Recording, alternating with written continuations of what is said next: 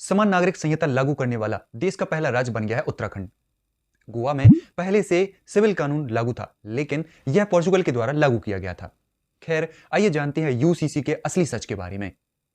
समान नागरिक संहिता का मतलब होता है भारत के सभी धर्मों के लोगों के लिए एक समान न्याय दिलाना। बेसिकली लॉ दो प्रकार का होता है, फर्स्ट क्रिमिनल लॉ और दूसरा होता है सिविल लॉ। पहला जो क्रिमिनल लॉ है, इसमें हत्या, लूटपाट, चोरी चकारी ये सभी आती हैं, जिसमें सभी धर्म के किसी भी वर्ग के लोगों के लिए एक समान तरीके से सजा दी जाती है। लेकिन वहीं जो सिविल लॉ है, जिसमें रीति रिवाज, शादी, मान्यताएं, परंपराएं आती हैं, इसमें अलग अलग तरीके से अलग अलग धर्म के लिए अपने अपने लॉ हैं। जैसे हिंदुओं के लिए हिंदू पर्सनल लॉ, वहीं मुस्लिम के लिए मुस्लिम पर्सनल लॉ। इसी तरह सिख और ईसाई सभी के लिए अपना पर्सनल लॉ है। इसको हम एक एग्जाम्पल से समझते हैं। जैसे हिंदू पर्सनल लॉ है, इसमें कहा गया है कि पहली पत्नी के रहते व्यक्ति दूसरी शादी नहीं कर सकता है जब तक कि उसे तलाक नहीं दे देता है।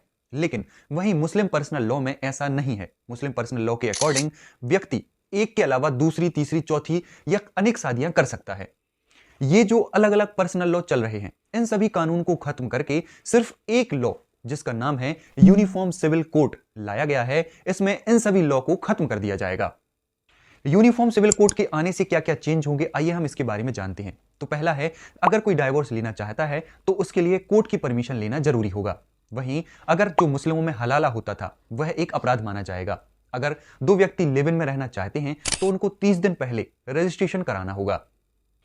माता पिता की प्रॉपर्टी में बेटे के अलावा बेटी का भी बराबर का हक होगा, चाहे बेटे की शादी क्यों ना हो गई हो। वहीं शादी करने के लिए आपको रजिस्ट्रेशन कराना इंपॉर्टेंट रहेगा।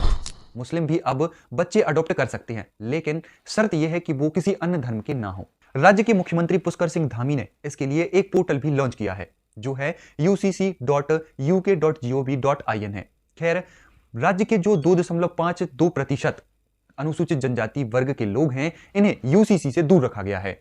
राज्य सरकार के ये बहुत अच्छा कदम है, क्योंकि इसके द्वारा लोगों को बहुत जल्दी और स्वच्छ न्याय मिलेगा। वहीं केंद्र सरकार का ये ट्रायल अगर राज्य में सफल हो जाता है तो 2029 के चुनाव के पहले पूरे देश में यूनिफॉर्म सिविल कोड लागू होने की पूरी संभावना है।